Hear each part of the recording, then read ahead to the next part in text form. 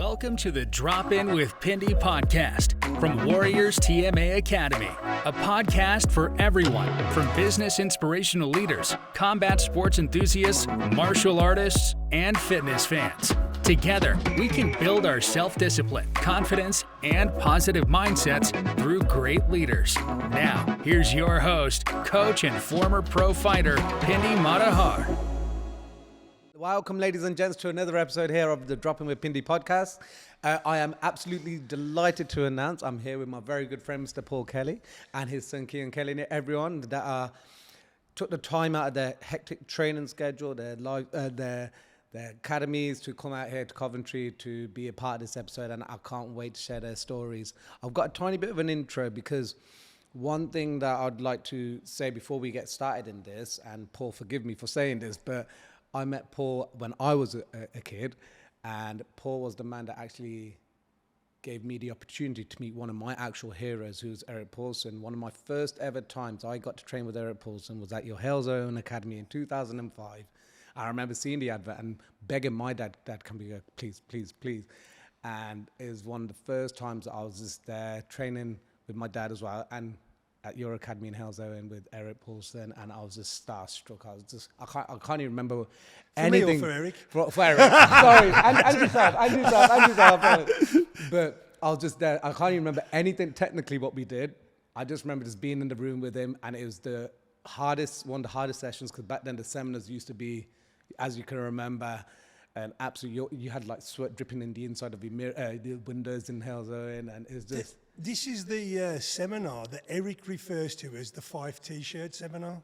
Literally. That was one of the hardest seminars ever. And that was your first That one? was my first seminar. And ever since that was for me, but that was the level I just remember seeing and training. And then after that, it was just, oh man, I'll probably say for me, that was a pinnacle point in my martial arts career, because that gave me a massive wake-up call. In terms of martial arts and mixed martial, and an introduction to what mixed martial arts was, because I had no idea what it was back then, because I was only doing Muay Thai at the time and a bit of Kali, but seeing mixed martial arts alive there in front of me was like, wow. So I just want to say thank you for that, hosting that seminar back then. It's a pleasure. And as everyone's aware, these podcasts I do is to help people, my listeners out there, to help them realize that you can get a really good living from martial arts with the right mindsets, with the right mentors. And you're a fine example of that, because of everything that you've achieved with Mac and the academies that you've opened up to earn such a good living, not just for yourself, but for your family as well. And the reason I wanted you on here is to explain with your mindset of how you went and approached that mindset of doing what you've achieved in martial arts. But not only that, you're now passing everything you've ever learned to this young man here, who's absolutely dominating the up-and-coming sport that is mixed martial arts, and seeing we were just talking about it before we went live, but the evolution of the sport, and seeing and hearing the stories that you guys have just explained to me before we started about where it is now, and the standard of where the sport is it's blown my head, put it that way, to where I remember it, where it was at all those years ago. Not saying I'm old, but from when I used to compete. But I know that was a bit of a long introduction, but I just wanted the listeners out to understand the two men that are in front of me and why I've got them on this show. So I just want to say, first of all, welcome. I hope you guys enjoy it as well. And let's start with you, Paul. Just first of all, thank you for that seminar back in 2005.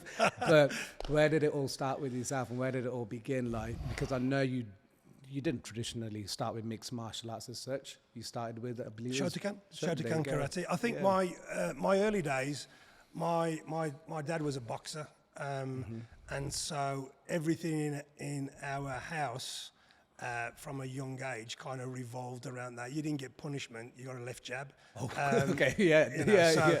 And we came from a period of time. My dad was an Irishman. Not particularly strict. He liked that. He had that kind of Irish, I don't really do rules kind of thing. But he did have his own set of rules. So we couldn't cross those. And this wasn't like we are today, where somebody would sit down and explain something too much. Sure. This was much more a case of, you can do that, you can't do that. If you do the thing that you can do, you're fine. But if you do that, there's a punishment, but there's no explanation that goes why. with it. So kind of as a young man, I was going through this, me, my brother, you know, and all the while we were like moving around, kind of catching this stuff. I remember saying to my dad once, I want to go to a boxing club. And he went, go on then. And I just remember standing there, like, I don't know what I was, 12, I can't remember for sure, going, oh. And the nearest boxing club to me at the time was a bus drive away, and it would be the Pheasant, where people like Pat Cardell trained out of back in the day. But I had no idea how to get there, Pindy. So, and I had no mentality to get to that place either. So kind of mistakenly in my own head, I kind of went, well, hang on a minute, if he's using his hands and I could use my feet and my knees and so on and so forth, I've got 8 of them, he's got 2 of them, I've got to be 4 times better than in my kind of mathematical brain. So I went and started Shotokan Karate, and a very hot KUGB, JKA. My first sensei was Sensei Cyril Cummins, who's now passed, but was a phenomenal martial artist. I spent time with people like Andy Sherry, Bob Rhodes, Bob Poynter, and going through that process. I absolutely loved it. I thought it was brilliant. And I see so many people today who go, but that doesn't work. Well, you know, you get in the hands of the right practitioner and it's just as deadly as anything else. What there is a rule set, and the rule set changes, whether it's Shotokan, whether it's Savat, whether it's MMA. So, yes, I went along, fell in love with it, was training 6 times a week, all those different things, no mats, very little, very minimal protection. Got invited to join the fight team, competed on the fight team individually and in the team. Got more lumps and bumps than I care to remember, and absolutely loved it. But still found, even at that early stage, for some reason, my dad could still close the range on me, keep me in punching range, and then basically beat me up. So I was kind of like... Scratching your head. Yeah, scratching my head, kind of like, oh, I thought this would happen and that would happen. And then one night, I'm in this little cinema somewhere, and Fist of Fury comes up. And I go, wow, who's this guy? And then Enter the Dragon came, and then Way of the Dragon. And for me and so many people of my generation, that was the pivotal point, to see Bruce Lee on the screen. And we were talking earlier on about going, well, you know, you couldn't Google it then. You had to get it. You had to get in on the bus, go and find somewhere, hope there'd be a magazine, hope for a little bit of information. And at that point for me, that kind of shifted my mentality, because I was able to get, you know, out of the Dawa Jeet Kune Do eventually. And I'm probably looking back thinking that the relationship that I had to boxing through my dad also then linked me to JKD even more. And so then I was, you know, I tried Wing Chun off a very traditional instructor. It didn't do anything for me because I felt like I'd lost the flow. I went on to, I switched from traditional, went and competed as a full contact kickboxer, and, you know, kind of got that suited me quite well. And really enjoyed that, and thought this is even better because I am doing it, but I'm not so restricted, because at that stage I didn't understand that it is what you're doing, its relevance to what you want out of it. Competed as a full contact kickboxer, but nothing like the guys compete today. We're talking about Kean's first fight. Was on a cage with about 400 or 500 people, all sitting around tables, with a full media screen up there, and streamed live pay-per-view. I was like, wow. What are you doing? I don't know what he was like, wow, what's going on in front of me, man? But back then it was leisure centres. If there was 200 people in the room, that was everybody that was fighting on the day. Nobody else was there. I remember one of my, sorry to interrupt you, I just remember one of my really early Thai boxing fights, and this was in a working men's club.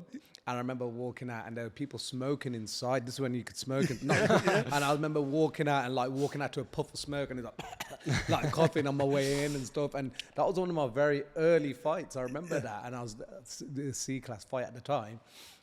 But yeah, that was like how times have changed from fighting into a working men's club where people were smoking inside to then how the sport is now. It's a unbelievable. And hopefully we'll get a chance But for me, then at that point in time, I came across more. I saw the words Jun Fan, and most people now it's common, but back then people understood JKD from the movies and stuff like that. Nobody really knew that Jun Fan was actually Bruce Lee's Cantonese name, and that it was his system. Jun Fan Kung Fu was the system before he decided to be in the concept of Jeet Kune Do. Right. This is what we do. Okay, I no longer want that. This is my personal expression of martial arts. So I found this, which eventually led me to Guru Rick Young, Sifu Rick Young, Professor Rick Young, who, without doubt for me, is the most influential martial artist and instructor on me personally, both in terms of martial art, but also in terms of his character, the way he presented martial art, his understanding of it.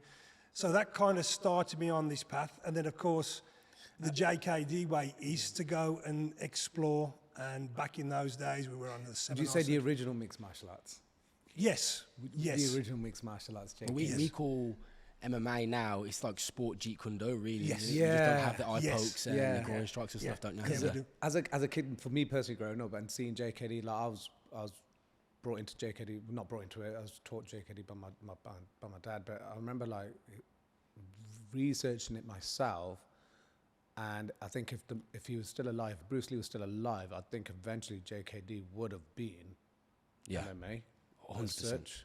I think the only caveat on that for me would be, and this is where you see the difference perhaps between Coach Eric, because he's obviously gone down that route of going, okay, how do I apply? Because we all come out of the same Inosanto lineage.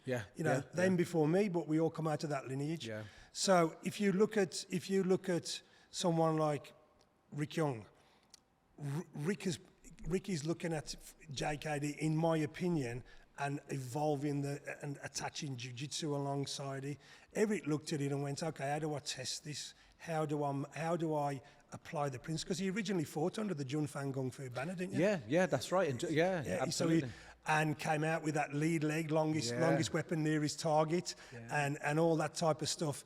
And his evolution took him down the way where he turned Shuto and Jiu-Jitsu and CSW, and became this system that supported all the attributes of MMA.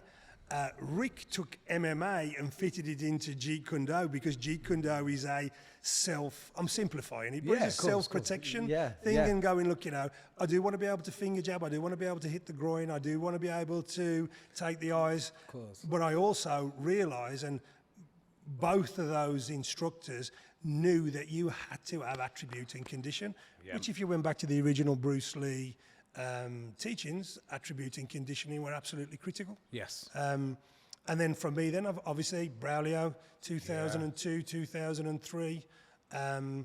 Braulio, firstly I trained with I think Odger up at one of the Guru Dan seminars in Edinburgh, and then I had a Maestro Mauricio Gomez, Odger's dad, into my place in Alzoin, and then this big lanky 6 foot brown belt, 6'2" brown, 3 brown belt with loads of t-shirts to say came in, and can we train? And this was Braulio and a couple of other guys at the time, and when jiu-jitsu was new, so we sparred and we changed partners. We didn't put 3 people on the floor and people lined up and went out.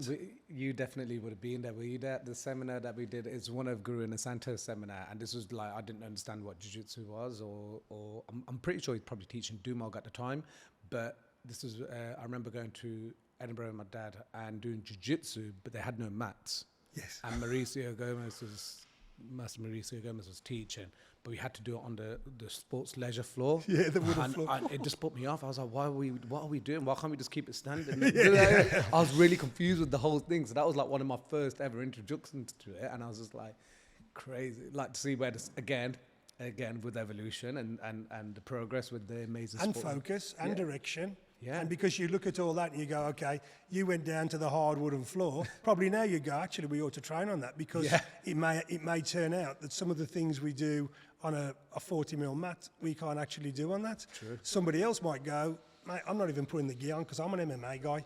And until I get to a certain level, I've only got X amount of training time and that needs to be totally focused on what I'm training. Everybody's right. It just depends on what result you get from what you're thinking. And your purpose behind it. Yes. Yeah. 100%. No, it's a big history you got there, Paul. And something that I'll be honest with you, like, not necessarily when I was competing, but when I've come out of competing, it's made me realize exactly what you've done for martial arts. Because I didn't really, I think I've had this conversation with you a number of times, but when you're competing, you're quite selfish. 100%. Yeah, you're selfish and you're self-involved and you don't see things clearly.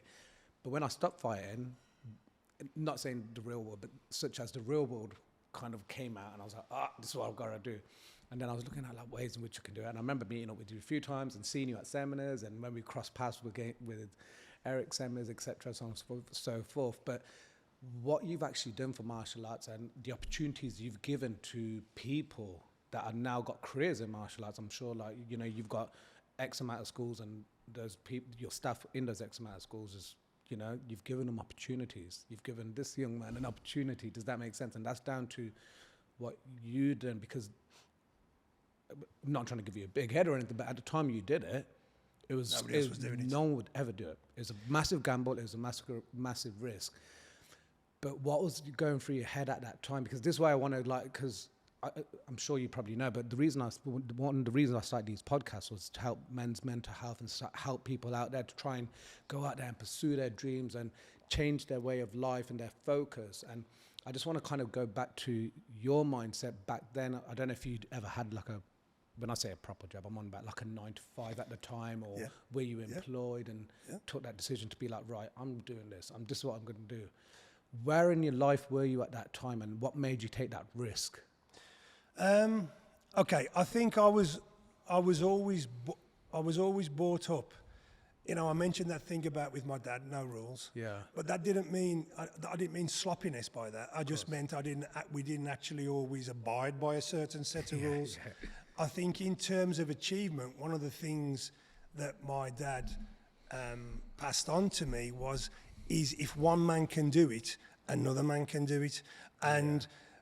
We go way back then, and you know, I'm an avid reader, and I still read to this day. So I can remember I was in sales. Okay. I was in sales, and I can remember thinking, "This is a horrible job, man." One person says yes, 9 people say no. What is that about? Who wants that much negativity in their life? For the very reason, and we were talking about it a little bit before, is everybody takes it personally. If you talk to a pro fighter about an amateur career, he will go, amateur doesn't matter, it's just experience. You talk to an amateur new to the game, he's going, I don't like to lose, man. I can't lose. Yeah. Both are right, but both are speaking from a different level of experience. Yep. So for me, I was kind of like, no, there must be more than this. And a couple of people close to me going, it is what it is, I am what I am. And I kind of went, oh no, I can't believe this is what it is, and this is what I am. There must be more that I can do. So I started to look at personal development, primarily at that stage from the point of view of helping me deal with some of the rejection that was innate in the job that I was doing, because I took it personally. Yeah. You know, for me, sometimes if you don't take it personally enough, you don't get motivated enough to do something about it. There's no passion behind it. Yeah. So I started to read books on personal development. I started to read books on positive mindset. I started to read books on, you know, if there was a success story, McDonald's, Honda, Apple, anything at all like that, Starbucks, Rolls-Royce, Chrysler, what happened to Chrysler and what killed Chrysler, In Search of Excellence by Tom Peters, which turned out to be an absolute load of crap 20 years later. But at the time, I was taking this knowledge on board, and I'm trying to build this martial arts thing. And so if you look at the who's who of my instructors, and I'm not knocking any other instructor anywhere in the world, but I have gone to try and be with the best that I can be with. Yeah. I honestly believe, for me, for somebody else it might be different, but for me, Guru Dan, Rick Young, Eric Paulson, Braulio Estima, Victor Estima, Tommy Thompson, those guys they all suit, not just are great instructors, they suit me as a student. Yeah. So I'm constantly looking, and JKD people generally were looking to Tony Robbins and people like that, you know. Yeah. He gave us some great stuff. Can I? Constant and never-ending improvement. He gave us that wheatgrass shite that was horrible. Did you ever do that? Never. No, man, it's like Never. like drinking the lawn. You got to have wheatgrass. You got to have wheatgrass, and I'm like, oh my God, man! I've just cut the lawn and somebody's put it in my drink. So I constantly was moving along, driving towards the martial arts because that was my personal goal. And then I had my last but one job. I was UK and Ireland sales manager and channel manager for a big American corporation. So I was at the top of the corporate tree. I'd got the car, the credit card. I could travel wherever I wanted, entertain in London and all those type of things. But I knew in my mind I had something different that I wanted to do. And, you know, I was successful in the commercial world because I intend to be successful in whatever world I'm with. Kobe Bryant goes, that's not negotiable. Whatever agreement I make with myself is not negotiable. True. And in those days, I would go, I need to get to this. And my wife will probably, and my kids will probably go, sometimes Dad's obsessed with this, man. Do you know what I mean? More knowledge, more information. But knowledge and information is nothing unless you act. So for me, I hit a point, we talked about martial arts, where the Americans started to come into the UK and they were going, what are you doing paper class? What are you doing that for? Yeah. Because that's what we've always done. Well, you need to do monthly payments. Why do I need to do that? And really what we're all saying is, oh my God, you want me to ask them for 40 quid instead of 4 quid? Yeah, it's scary, man. Yeah. Do you know what I mean? And they were going, because you need to level out your cash flow. I was lucky. I understood what cash flow, I understood what profitability was. Yeah. So, and I'm looking at that, and then a couple of people that I knew had gone and actually opened an academy. And I remember looking one day at this like little folder from the EFC, the Educational Funding Company, which was a tuition fee collection company basically from America, and it went schools under $2,000 a month, schools under $5,000, schools under $7,500, 10,000, 15,000, 20,000, 40,000. And I'm looking at this book and I'm going, oh my goodness, what can that actually be? Is somebody really doing this? Yeah. Give me this. They wouldn't deal with me. I rang them up and I went, somebody help me. They wouldn't deal with me because of a competitive area. I was like, And then there's a guy, I don't know if he's still about now, Kim Stones, who was a huge Taekwondo guy back in the day. And the name forgets me, this age for you, but he just got somebody else. I rang him up and he went, where are you? I went, well, I'm there, but I'm right next to so-and-so within a mile. He went, I don't care about that. Competition's good. Let's talk. So I ended up, he said, right, you've got to pay this and this and this and this. And I went, nah, I'm not paying any of that. I said, I'll tell you what I'll do. I want to bring 10 of my people up to one of your seminars. So I'll teach for an hour and a half or 2 hours beforehand. And if what I teach your people like, then I don't pay. If they don't like it, then I'll pay. And he went, I like it, we'll do it. Yeah. So at the time, I knew I had to have a full-time premises, and I was looking everywhere. And, you know, you'd come to you've got an amazing academy here. But when you look at this, you had probably a real vision of something like this before. I had nothing, Pindy. Leisure. Nobody had a place. Nobody had it. So it was kind of like, I know where I want to go. I'm committed, and I know I want to get there, but I'm in fog. What am I actually looking to get to and to achieve? Yeah. Anyway, I went to see this one premises, no floor, no ceiling, nothing in it, and I went to the guy. Thank you, but it doesn't have what I need. And I normally do it. I normally do a little. He goes, "What do you want then?" Like this. It's more like Tommy Cooper than it should be. But I was like, "Oh," and I went and said, "Well, it would have to be this, this, this." Anyway, leave it with me. Yep. And I was like driving, still in the job, driving. So I was in Manchester, coming down from Manchester. Paul Kelly, yes, Mike Harris, get down here now. And I went, I'm on the way from Manchester, Mr. Harris. I was scared of him, so I was calling him Mr. Harris. I'm on the way from Manchester. And he goes, get down here now. And I went, I can't be there till 6 o'clock. Get here at 6 o'clock. I'll meet you there. I was like, what's going on? I walked in to the place that you went to in Alzoin. Yeah. He'd put a floor in it. He'd put a ceiling in it. A bit too low for me to use sticks. Yeah. Put a ceiling in it. Put heating in it. Light in it. Everything. And I walked in and he went to me, I've spent 17 grand on this. And I was like, oh my God. And I went, Mr. Harris, I don't have 17 grand, man. I don't have it. And he went, I don't want your money. He said, me and you are going to have an agreement. It's going to be on one piece of paper, typed out. I'm going to sign it. And you're going to sign it, and anything else is just between me and you like that, then the place is yours. Wow. And I was like, whoa. Wow. Yeah, but I was like, one wow was like, oh my God, I'm going to get it. And the other wow was, oh wow, I've got it. Yeah. Do you know what I mean? And the carpet I put in, for ages people who came there thought, I like the way you've done this, Paul. There's like a dark carpet to the changing area, and there's a light carpet to the matted area. And I was like, yeah, I like a bit of design. Turns out I went and bought the carpet from a place in Birmingham where they sell off exhibition carpet. Right. So he didn't have enough of the one colour without cigarette burns in it. So I had to have two colours. And all the while I was doing this, I was... what one man can do, another man can do. That's from my dad. And all the positive stuff I've read, and I knew that I could... I was already teaching in leisure centres and so on and so forth. I was already struggling.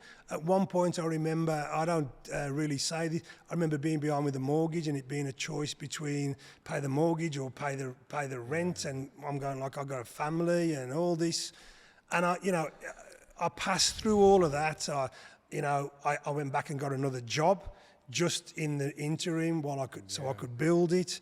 But I never stopped believing, either through... I read something the other day, somebody was talking about having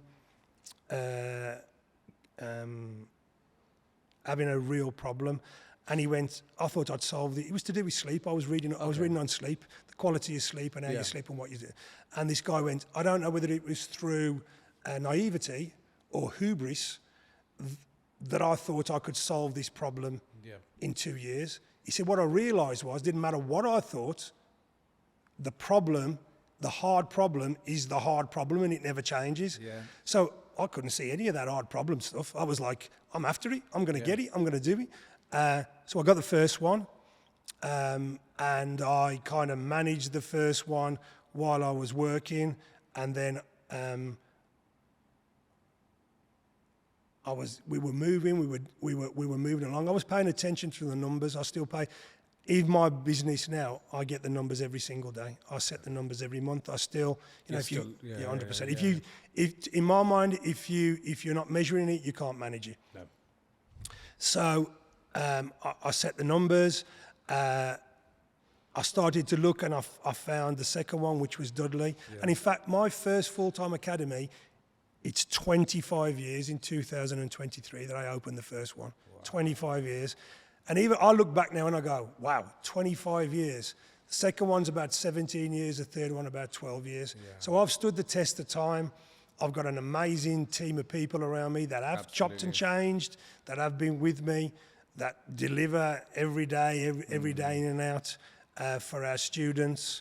And every day I still think, what can we do better? What does the market demand that we change to? MMA, for example. So at that point, I knew I wanted to move, and I went to see Gerard Turvey at Nest. And Gerard's a very, very intelligent, articulate man, and I spoke to him about moving away from the American stuff. I wanted to be more English-based because of, back in those days, nobody high-five. Now we high-five, we hug, we have a good day, buddy, and all this. But back in those days, most Englishmen went, what do you mean, hug? Yeah, quite. We're not doing that, mate. We're not having that. I went and got I went to see him. I went back home. I got a phone call saying, I think it'd be good, would you come and work for me? And at that point in time, Nest had a few hundred martial arts academies. And I thought, oh my God, that's like being invited to go and train with Braulio all the while or whatever, or writing it. So I went, and I agreed it, left the role I was in. But I always, in my head, this was a stepping stone for me. If it had worked out as something really corporate, it maybe would have been good. But for me, this was all about knowledge, all about how does Pindy run his business, how does Lucky run his business, how does Victor Braulio, how does Kean run that. And so I had a period of time where I was able to really intensely look at what made a business work. And more often than not, what I found made the business work, 9 times out of 100, was the owner's attitude to the success of the business. So we had guys whose martial art perhaps wasn't as evolved, but they knew how to make money. And then we had guys who had no idea about making money, but unbelievable martial artists. So I had a period of time when I was looking at all this. And then there came a time when I made the choice to corner some of my guys in a competition, and that went across that created some issues. And anyway, we decided to part ways. And I was ready then to focus full time on what was in front of me. full time. Yeah. And I won't lie, I came out of it and I thought, whew. But I tried to mitigate as much damage as I could. I tried to plan as much as I could, and so on and so forth. And then you just got to get up every morning and face the fear, aren't you? What am I going to do today? I'm going to do that, and that, and that's going to move me forward. I'd give myself 6 months. It took me just over 3 months to get to the point where I won't say I felt safe, but where I knew I was safe. But I never felt safe at that point. And then from then on, you know, the business and what we do as martial artists has taken a lot of different turns along the way. You know, we've played with pricing, we've played with volume. You know, for example, we have 11 streams of income that come in. And very often when I talk to other martial artists about the business, they've focused on the fact that they think the martial art will drive the business. You know, unfortunately, no, it doesn't. Do you know what I mean? It can be the catalyst for success. It can be the catalyst for financial success, for success at competition and at tournament level. But it can also be a massive catalyst in terms of your ordinary student, the guy who's not confident. You know, Kean wants to fight. The guys that are in the England team that I'm head coach of, they want to fight. They're not really struggling just to feel confident about being able to defend themselves or to walk into somewhere or make eye contact with someone, communicate with, you know, the basic human skills that we think are normal, but a lot of people suffer with. Exactly. Yeah. So those people for me, and I guess I switched in the early days. What did I start for? Because I wanted to be a better fighter. Then I wanted to prove myself in that way. And then I wanted to instruct, but I only wanted to instruct because I thought it would make me understand it better. And then I started to realise I'm having impact on people. And I'm having impact on people who other people are giving up on. You know, this child has got this or that or the other. And all of a sudden, this child is flowering and evolving and being confident and earning a junior black belt. And, you know, I understand the difference between what that means and what a real black belt means and what efficiency and so on and so forth. I'm not moving away from that, but I'm also saying if one of the core tenets of martial arts in my mind is that the strong, the guy who will fight, who can discipline, who can train, who will focus, then gets the opportunity to help the person that can't and willingly gives that.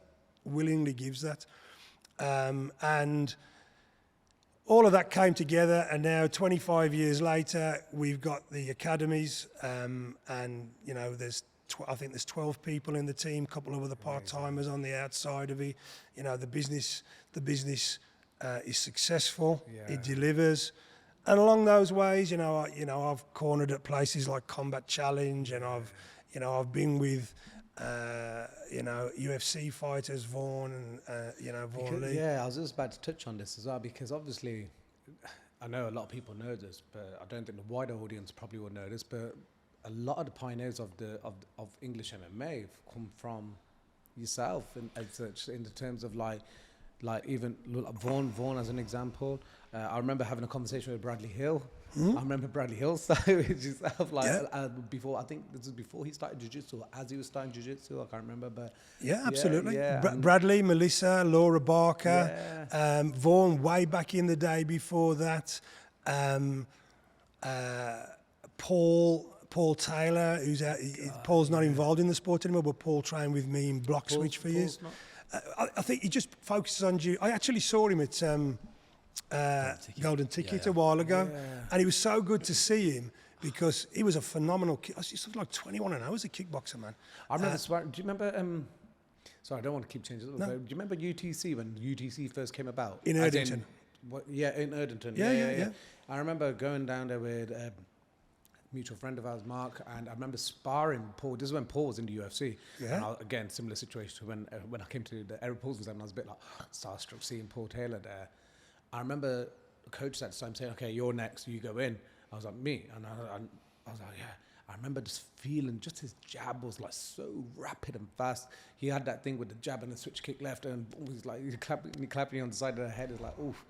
And he's an awesome fighter. Like, what he achieved for British MMA in terms of obviously what he did in the UFC was phenomenal. And a great guy. Yeah, and a great such guy. a lovely guy. Yeah, such a lovely guy. Well, I used to go to UTC to train Vaughan. So I would go to UCT I met Silk Cummins there. Yes. I met Leon. And Leon won the world championship. And people were going to me, "Oh yeah," and I went, "Yeah." It took him 20 years to become an overnight success. I remember him back in the day, Fabian, and quite a few of the others.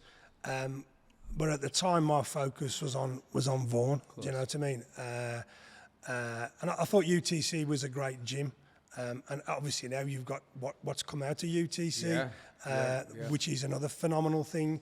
But I think, yes, if you go back, we touched on Chris Gary before. Chris Gary was a student of mine. You know what? I never knew that apart from till today when you mentioned it. Yeah. Chris was a student of mine such a small world. I think if he was doing some of his stuff, we talked about F's back in the day and so on and so forth, his wrestling and that there. But a lot of his striking stuff he did with me, do you know what I mean? Brilliant. I have kind of been on the people that are coming through now have been in some way have either been part of what we developed or touched by what we've done and moved on. And, people like Bradley, Laura have moved on to do their thing as it should be. Absolutely. And at the same time, now if we look at Kean, Braulio as my instructor, he's now Kean's instructor. He's now Kean's professor. He's also like my crazy Brazilian uncle at the same time. Give me a clip around here. Yeah. But moving on from that, Kean, like obviously you probably don't remember. I remember seeing you as a kid. I think it was in Dudley gym, and obviously seeing you evolve in the sport. And what made you take that decision to be like, right, okay, you love, because obviously I know you teach and stuff, and I know you absolutely love it because you've been brought up with it, but taking that decision to be like, right, this is what I really want to now pursue. When did that mindset change? I think from what he said earlier, I have an entirely opposite side where he had to go and look for his martial arts. It was already there for me. Yeah. I hear stories of people saying, like, people in the team will go to me, I remember going to your first birthday. I remember seeing you sit on the edge of the mat in your cot, stuff like that. Yeah. I've been doing it since I was 3 or 4 years old. So I've always been around the sport. I think the passion, I'm obsessed with it now. Like, it's literally all I do every day. Like I said to you earlier, I train twice a day, every day. When I'm at camp, when I'm in camp, it's 3-4 sessions a day. I can't help it. I can't get enough of it. Yeah, it's probably an addiction to me, you know what I mean? It was about 14 years old. I took a couple of years off in between. So I trained from about 3 years old to about 11, 12. And then I took a couple of years off when I hit high school, to do like football and stuff like that. And then I was never really good. I can't kick a ball properly or nothing like that, but I can kick people in the face and I can kick people in the legs. I came back when I was about 14 years old, and then from there, I can't describe it. It just was everything to me from there on out, and I've trained consistently every day for the last however many years now. I think it's interesting for me as well, because at the point that Kean came to me and said, Dad, I don't know if I want to train. You know, you at the high school, all his friends want to play football. All of a sudden, girls are looking more attractive and so on and so forth. And I went, yeah, that's fine. And a lot of, I think sometimes with a father and son, I don't know, this is with you and your dad, but people on the outside looking in think, oh, he's got it easy. It's the opposite, isn't it? I have a different relationship to anyone's. You probably got a very similar relationship to what I have with my dad to what you do with yours. I've not got a relationship that anyone could understand, you know what I mean? People will go, it's my dad, you know, he goes to the pub or he goes to work and I see him. I'm with this guy every day, all day, training around the business. I have an entirely different relationship that a lot of people can't really comprehend. It's father and son, because I get it, but it's more... It's more friends, friendship. Friendship I say to people all the time, my friends and other people, I go, yeah, he's my dad, but he's also like my best friend. Do you know what I'm saying? I don't have many friends. I just train and I have my teammates and I have a couple of friends and my girlfriend and whatever. I said, but he's more like having a best friend than anything else. You know, he comes to the gym, he lifts weights with me. He's in there, he will roll. This guy is 65. He'll still smoke me when we roll. He'll still spar with me. He holds pads with me all the time. You know, it's more like a best friend thing or a training partner thing, as well as him being my dad. Have you held pads for him? I actually have held pads for him. I'm a better paddler than he is. Oh, really? Oh, wow. Okay. We need to have a reality check here. No, I remember, I've never held pads for him, but I remember seeing you on the pads with Tommy Thompson, and geez, I was like, forget Mayweather, but you should be making a return. Yeah, I think... I was just going to say, before he said all that, I think people sometimes go, he's getting it easy. But at that point in time when he was 12, and I said, okay, you can do what you want. I'm not getting in the way of you doing what you want. But I'm just going to tell you this. Don't talk to me about being a martial artist until you're ready to be a martial artist. So do what you want, but do not do that. And people don't, we're in a world now of where wokeness and is kind of... And I am getting on, so I look at it sometimes, and I watched an interview with Piers Morgan, and he went, the kid that comes in 25 gets a medal and a pat on the back. And I struggle to understand that, to me. I understand why you would do it, but to me, you're just kicking the can further down the road. Make that person understand there is winning and losing, or winning and learning, if we want to be a little bit more. Course.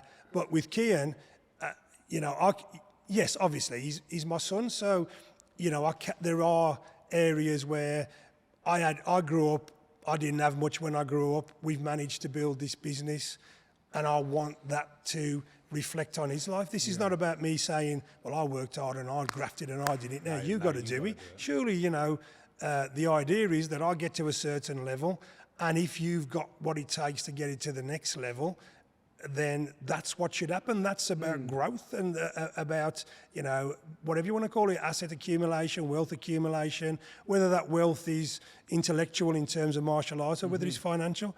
But I am hard on him in terms of those things. I don't kind of go, oh, well, never mind, do this or do that. He has to earn from me what he gets. And I think sometimes people from the outside look in, don't see that's another facet for me that I think is important.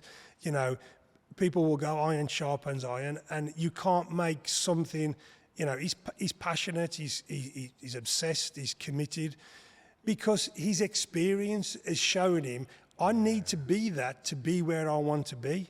What all three of us, even at our different stages, would understand, doesn't matter, there's a time element. Whether that's 10 years for your jiu-jitsu black belt, whether it's 10 years at the top as a professional fighter, whether it's 10 or 20 years to grow your business, there is a time element. You can accelerate it. Sure, you can accelerate it. But at the end of the day, that is a fact for me. It's just what do you do in exercise circles? Talk about perceived exertion, PE. So are you spending your days at a level 4 thinking you're a level 8? Or are you spending your days, and I know how hard you work, are you spending your days at an 8.5 and a 9 and everybody else is wondering, why is he doing it? Well, because he's getting twice as much into twice as many hours as you're getting into the 6 hours that you don't even really know what you're doing. You should say that because I was having a conversation with you, you both know him, Jacob at Grace Bar. Yeah. And I was having a conversation with him, and this is when he was I think he just got his brown belt, he was saying, and what he was doing was, he says the common thing, and I'm guilty of it as well, you get a slight promotion and you think you don't have to go to that class anymore. Does that make sense? But what he did the opposite. He got that promotion to brown belt. I'm pretty sure it's brown belt. He got that promotion to brown belt, but he was still going to the beginners class. He was still going to every single class he could possibly do, because in his head, he's saying if the average person that trains 3 hours a day, he ought to be training 6 to 7 hours a day in every single class. Going that he can, now that he teaches pretty much 90% of the classes anyway, he still does that as a black belt today. Like I'm sure you've seen the class where he'll be teaching, but he makes sure he spars. Yeah, he makes sure he jumps and he rolls with everyone. Yeah. Then he'll go on to the next class straight after that. Then he'll do the evening classes, and he does the same thing again. So even though he's not competing, or he's at this stage in his life, he said he's not interested in competing at the moment. That could change in a couple of years, but at the moment he's still not. He's not a competitor as such, shall we say. But he's still making sure he's training as well. Yeah. And he still makes sure he's putting in he's probably putting in more hours now. Yeah, than he was when he was competing. Yeah, and it's like. But again, for me, I actually saw him yesterday. Oh, did you? Oh, really? What's the first words out of his mouth? Paul, how are you? When are you training again? Yes. Which is fantastic. And I think, again, when you come back to something like that, in terms of training time, you cannot kind of mistake in your own mind. And more's not always necessarily more, is it? Sometimes you need that period of time to step back, take the pressure of the competitive cycle off, and go, okay, who am I? Where am I? Where am I at? And what have I learnt? And what do I need to learn? And a lot of people don't do that, do they? They'll confuse training longer and more and harder with constructive training. S&C is a good point of this. Back in my day, they went, what do you need to do? Lift weights. What do you do for that? Go to a gym. Walk into the gyms back in the time that I'm talking about. They gave you bodybuilding programs. So everything was isolated. If you go now... My first 3 fights was all bodybuilding programs. Yeah, you were like that. If you come over here, I'll be... Trying to bench press, trying to do bicep curls. And apparently that was supposed to help my wrestling or jiu-jitsu. Now, one of the things that we're both involved in, but I'm involved in as the head coach, is the English Mixed Martial Arts Association. Their performance director is a guy called Paul Reed, Paul is well known, but highly the programming that he does for the team members, and you look at it now, and there's bands coming out. When did a hip thruster become real? Back in where's that come from? Do you know what I mean? And now you look, and we touched on this, and we said a while ago about Kean's first fight being, this 20 massive cage. But now an amateur fighter is expected to have an S&C coach. He's expected to understand nutrition. He's expected to be able to put the two together. And we are... and the S&C coach to work with the jiu-jitsu coach or this coach. And being an amateur is more like trying to be like a pro, you know what I mean? Basically, like from what, again, I'm not involved with the sport from an amateur level as much. I train fighters, but not many. But hearing it almost sounds like you're in the Ultimate Fighter house kind of thing. Does that make sense? It sounds like that's the sort of camp you're going into. I went out to the IMAF Euros in Italy, and it's one of the best experiences I've ever had. But it does kind of like the Ultimate Fighter house, you know what I mean? We was all in the same accommodation. We're all having to look after each other's weights. We're all having to make sure we're all eating correct, getting the right sleep, making sure we're not injured, looking out to each other, make sure we're getting training sessions in and stuff like that. It's a crazy experience. The sport from where it used to be to where it is unbelievable. Paul, where did this England team come? Like, who created the whole progression of it? Like, how did that start about? Because that's only is it recently, a couple of years? The IMAF, the International Mixed Martial Arts Federation, has been around for I think 10 years. This is the 11th year. Okay. So I think fundamentally, I think. The UFC were involved, and if you consider football at grassroots level is this wide, and at the top end of the professional level is this point. Like the Premiership. But they've got all of these levels in between feeding into this. MMA started with the UFC. Yes, yeah. You know, and if you go back to some of the early days, some of the shows that I would have cornered on and you probably would have fought on, you know, they were like, you know, old disused cinemas with, you know, warming up in a hallway, standing shoulder to shoulder with your competitors, yada, yada, yada. I think IMAF came about because the idea was that they wanted to make the sport safer, more accessible, and start to broaden that grassroots base to allow things to come through to keep the sport alive and developing. So UFC, PFL, Bellator, etc., Cage Warriors in the UK. And I think when you start with that premise, then you go, okay, how do they do that? So they've gone out to, you know, I think there's something like 168 countries. In February, we'll go out to the Worlds in Serbia. January this year, I went to the Worlds in Abu Dhabi. I took 8 people out to it. There were 420 competitors across 4 cages, across 5 days. As an athlete, there's 2 things in that for me. Number one is I'll probably not get to see that too often because you come through that amateur career anyway. Number 2, you are going to fight the best in the world, full stop. Yeah. But also then outside of that, if as an experience to be able to go to that, this one coming up, they think it will be close to 700 competitors across the same time frame. Weight divisions, juniors under the 18 to 21, 21 plus weight divisions, 32 in a bracket, and you fight every day if you win, and you must maintain your weight every day if you win.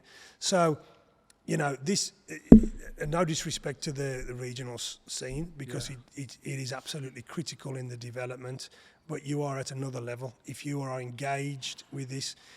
EMMA, the English Mixed Martial Arts Association, it had a full start as the UK MMA Association, and now we've devolved as a, you know, so England is now representing just England as a country. Mm-hmm. Our role, as I see it, is to help support not just athletes but affiliate promotions with what is safe and what is right for the sport to grow, for the athletes and for the people involved. But it's also to give young athletes who, you know, they're not tennis players, they're not golf players, you know, these are young kids coming through, and to give them an opportunity to go out. The goal eventually would be Olympic inclusion. The goal for EMMA would be to be completely recognised by Sport England. Yeah. And I think there's a few people at the top. We spoke about Mark Goddard. Mark's the president. Paul Reed is the vice president. I'm the head coach, and some of the other UK luminaries, Dan Hardy, people like that have got involvement at board level. And I think for me, we talked about the success that I've had, and I don't always recognise that success, and that's probably why I keep going and keep training. But this is another extension of that. This is an opportunity for me to take that experience from 20 odd years ago when we weren't even sure what MMA was, and, you know, come up to date and create pathways, either as an athlete, as a coach, and pathways that are recognised globally, not just locally or nationally, and try to evolve that and develop it. So it's more recognisable for everyone. Yes. It's more recognised. Because I'm sure like kids get it now, if kids want to go and pursue a football career, such, they know they have to go through the academy ranks. Yep. They know they have to try and get into, I don't know, Coventry Academy or Leicester Academy, look somewhere local and then develop that way. We've got some kids here that do martial arts, and like one of them's got scouted by Leicester, and he's only like 11 years old. I was like, wow, that's, you know. Yeah, it's unbelievable. Unbelievable. He's getting to secondary school. I think, no, he started secondary school now, and he's like, he's playing for Leicester as a kid, and it's like, wow, that's unbelievable. So eventually, hopefully, it sounds like that could be MMA in what sort of, you know, next few years or 10 years, or I don't know, but where they get, is it almost like they're getting scouted out as such from gyms? I think you know, is if you look at it in terms of success for an athlete, we're all familiar with that, fighting on regional shows, one opponent, 8 to 10 week camp, depending on where you think you are, and so on and so forth. With the IMAFs, with the world, that you're going to compete against the best in Europe, the best in the world. I mean, obviously, because of the circumstances, Russia won't be in it, but we're still talking close to 700 competitors, as I understand at the moment. So, you're fighting back to back on days. A fighter, an amateur athlete, is taking the roll of the dice. But I think within the UFC now, there's something like 13, 14 IMAF alumni. It used to be called World Mixed Martial Arts Association before, so you've got a few that have come from. The obvious one in the UK is Mohamed Mokaev, Jack Shaw.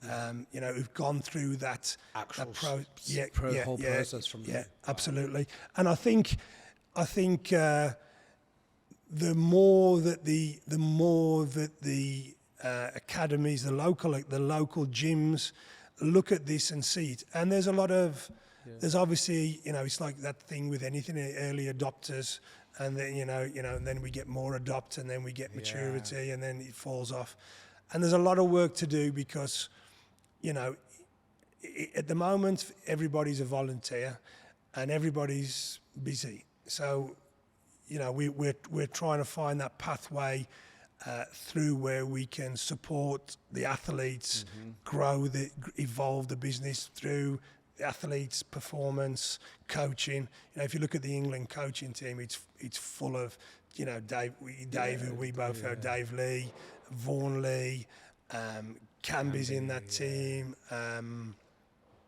Jimmy Warledge just joined the team. Christian Smith from what is Resurrection now, who's been around as a pro fighter in the UK. And we've got this base of coaches. Braulio's in there as a guest coach, and so on and so forth.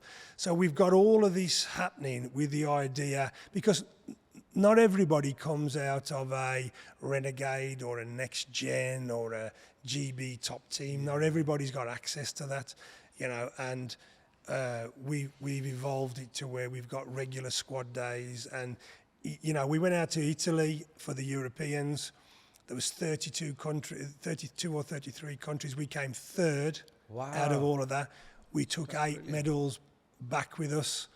We took a team of 18, which was the fourth biggest team there, and we went from 8 at the Worlds in January to 18, and hopefully we'll continue to evolve and to grow that, and to give young athletes the opportunity, go. It's great.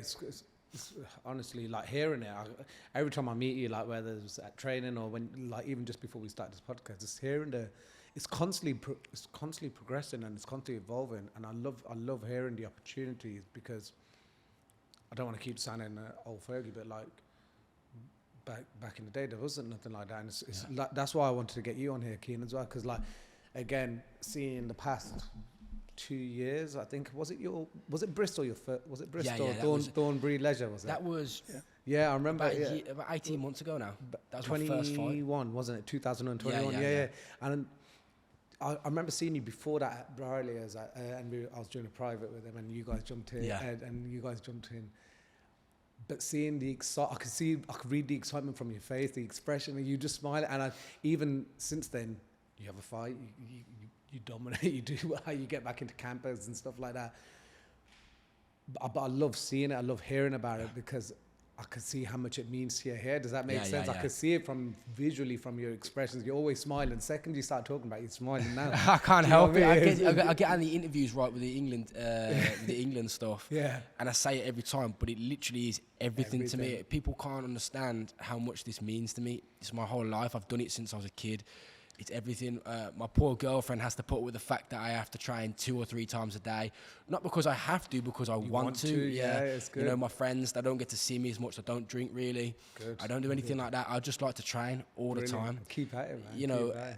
And the experience of going out to the IMAS, getting the ability or having the chance to travel and fight and travel, I was talking to the likes of Dave. So Dave Lee's one of my coaches. So I've got besides some of my old man, I've got Vaughan, I've got Dave Lee there, I've got Braulio. So I've got the best team I could possibly have. You got the best of the best. I couldn't ask for it, and I love them all like family, and I wouldn't want anything but the best for my team. Yeah. So I'll be at Dave Lee's. And I said to the likes of Sam Patterson, who's now in the UFC, I said, did you get a chance to do this IMAF stuff? And he said, no, it wasn't around when I was an amateur. And he's like a few years ahead of me as a pro. So, it really is a brand new thing coming in. But even from my perspective, seeing it evolve in the last 2 to 3 months is insane. And then over the next few years coming, I teach kids, and I'm going to hopefully get some of those guys into it. And I can't wait to see what they do when they get to it, because the younger generations, they whoop my ass now. I have 14, 15-year-olds. I'll grapple with them, and I have to be on point to, wrestle and grapple with them. Seriously, But for you, like, obviously, was it 18 months ago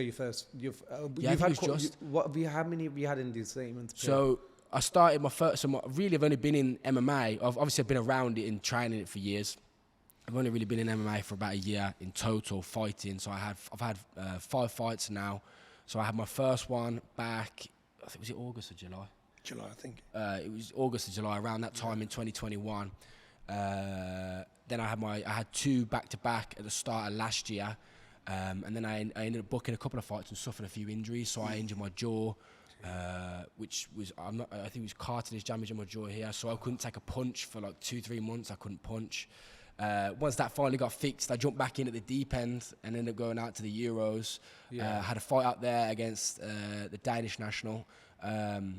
I came back. I fought just about a month ago in December 3rd. I fought another Danish national, so the guy's teammate. Ended up injuring my knee there. But I've been going now for about 18 months in total. Yeah. How are you finding it? It's the best. There's no feeling in the world that can describe what it feels like to fight someone. Obviously, you know. Obviously, anyone who listens to this who fights will know. There's nothing like it. You really can't describe it. I couldn't sit here and give you the emotions and the feelings that it gives you when you're in the moment, the moments leading up to it, how it feels to win, how it feels to lose afterwards, what it affects in your actual life. The one thing I will say is that I believe, you said men's mental health, is that competition brings the best out in everyone.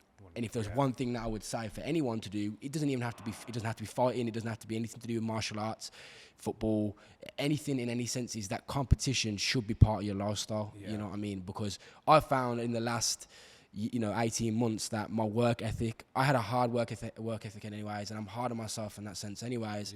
But my work ethic's come on seeing the fighters that are around me. So I get to go to Renegade, so I get to see the likes of like Leon Edwards and the other guys that are there. I get to crossfight, so I see Sam Patterson and Charlie Leary. Watching their work ethic and seeing it affect me, and then me work harder and harder and trying to outwork those guys. It's amazing. But the competition is what really brings it out. Yeah, that's what I found the best, anyways. It's a prime example of what that famous saying goes: if you want to be successful, surround yourself with the right people with 100%. The right mindset, and you become who you're around. Does that make sense? There's always the 5 closest people to you. Is like the sum of what you are. Absolutely. So.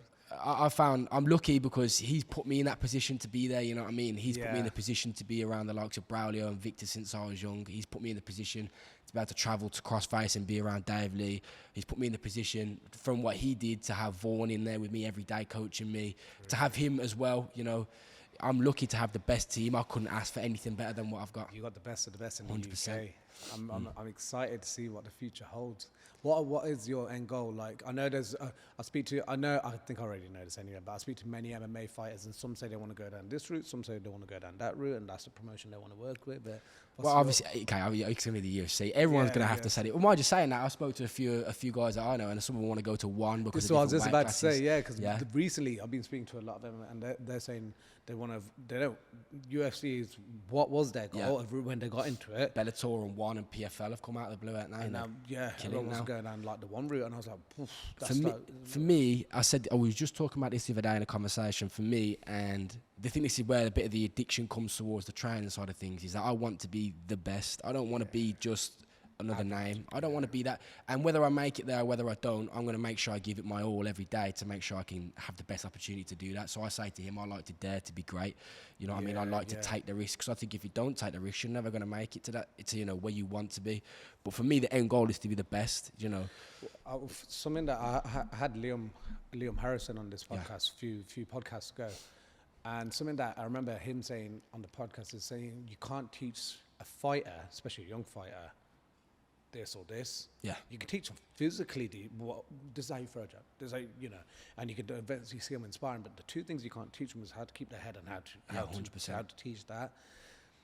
We were talking just before this podcast started about your last fight in December, and in your own head, I don't know if you realize this, but in your own head, you've already proven that you've got this, because you said quite early on in the fight, your knee had already gone, but you pursued and you went through that pain barrier and you just pushed through it, and you basically got that warrior within you to kind of push through it.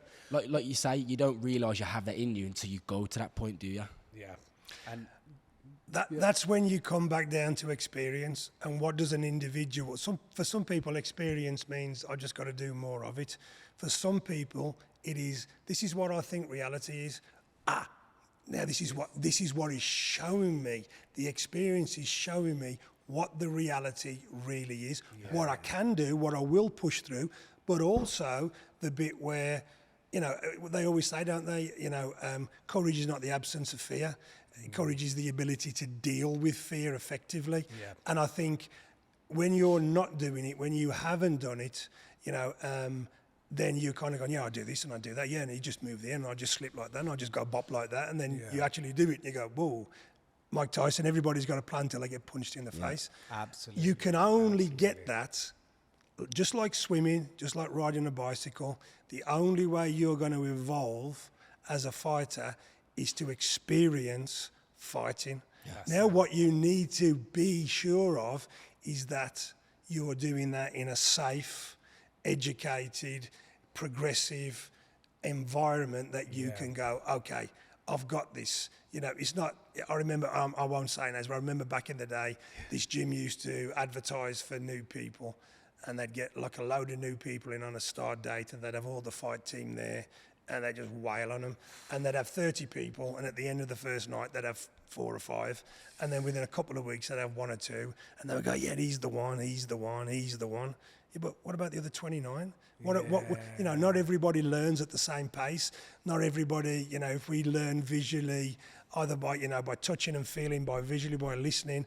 Most athletes, in my opinion, are physical and visual. Show me and don't tell me. I don't get. If you tell me something and I'm like, I need to put my hand there and put my leg there, and I've been training for a long, long time. But if you go to me, look, this is what it looks like. This is what it feels like.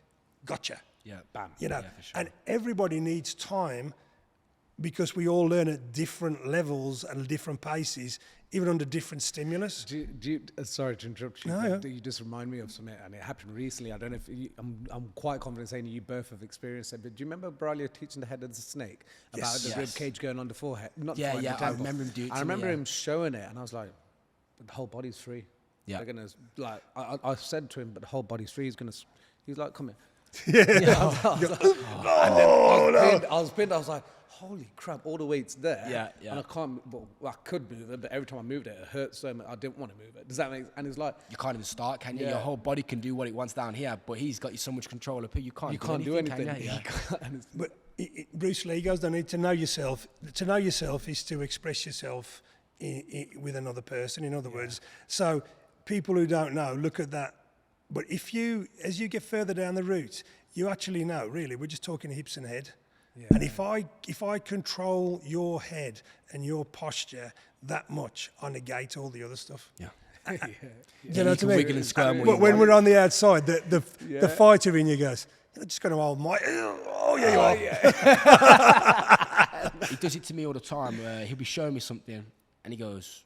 No, Kean asks, no. And he'll grab my hand and he'll pin it to the floor and he'll start to explain. And he'll go, head of the snake. And he'll just pin my hand to the floor and I can't move it. And I'll try and get away from it. He shows it in a different way and he teaches in a different way.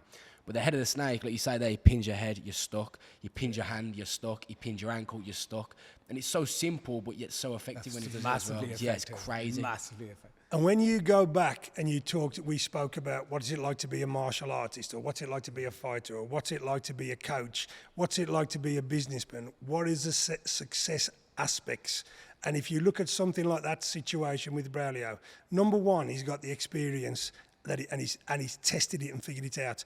Yeah. Number two, he's got total belief in it. Yeah. So it's like, I pin your arm and I go, I know this, I've got to do the skeletal thing. Well, hang on a minute, he's made me move my arm. And now the doubt comes in because I haven't done it 10,000 times. Bradley does it and just goes, you're not going anywhere.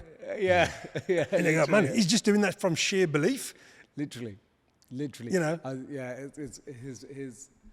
It comes back to experience. It comes back to the belief because just before Christmas we were training, we were doing the private, and he's like, we doing this choke thing, and he's like, you just got to be patient with it. Don't adjust yourself and believe in yourself. Have belief in yourself. I was like, okay. I was doing it, and I was like, it's not going on, and gave it about 20 seconds, still not going on. 25 seconds, okay. Yeah. But within 20 seconds, I was like, I would have gave up had he not been there, and I would have went to another position. But he said, just wait there, wait, and he just wait, and I waited 25. Okay, the guy's tapped now. Okay. There's more than one, but there's another famous story of, I think it's Paul Vunak training with Hicks and Gracie, and then moving, and you know, you're talking about rolling with a legend. Even people who we consider to be legends, the likes of Eric and Rick and people, he's legend. He's the legend's legend, apparently he's getting really frustrated. This is only anecdotal, so I don't know if it's fact. So, you know, if it's not, I'll just use it as a story. Sure. But he goes like, I can't move. And Hicks and Grace says, well, don't. And it was like he went, oh, yeah. Move when you can move. When you can't move, don't move. You know, and at one level you go, huh? But if you understand that, you know, I remember saying to Braulio, various times with Braulio, what's the secret to jiu-jitsu? Elbows, Paulita. Okay, what's the secret to jiu-jitsu? 2 weeks later, legs, Paulita. What's the pummeling?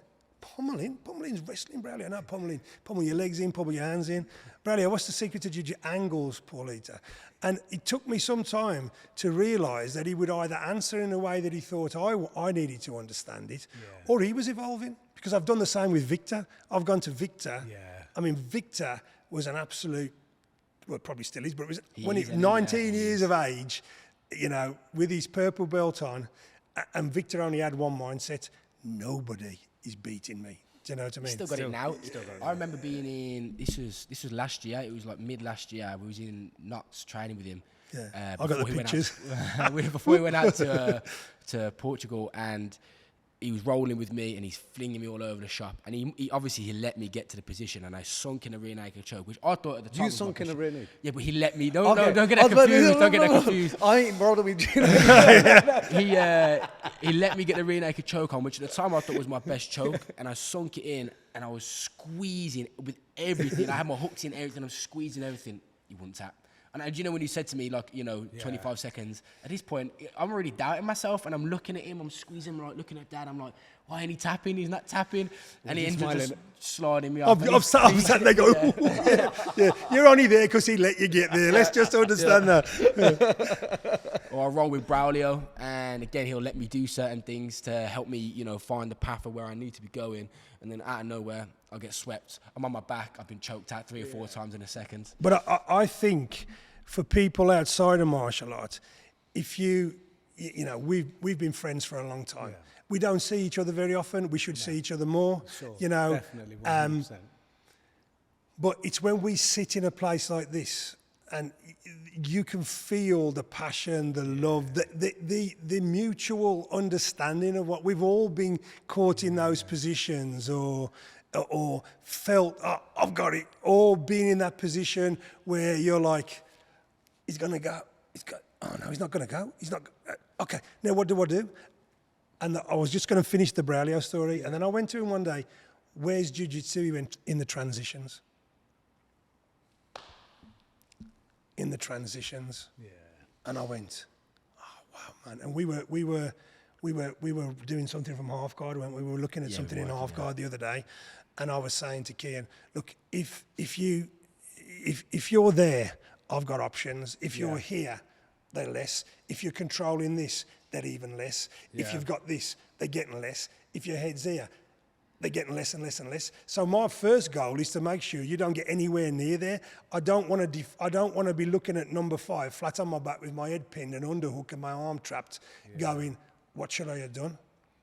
And it's if I, as I'm going down those points, for me, which point should I have, or should I transition, move, change to get to something different? Because if it gets to a certain point, all I've got left to do is to wait for you to move to create an opportunity for me to move. Yeah. But how hard is that to get in your head?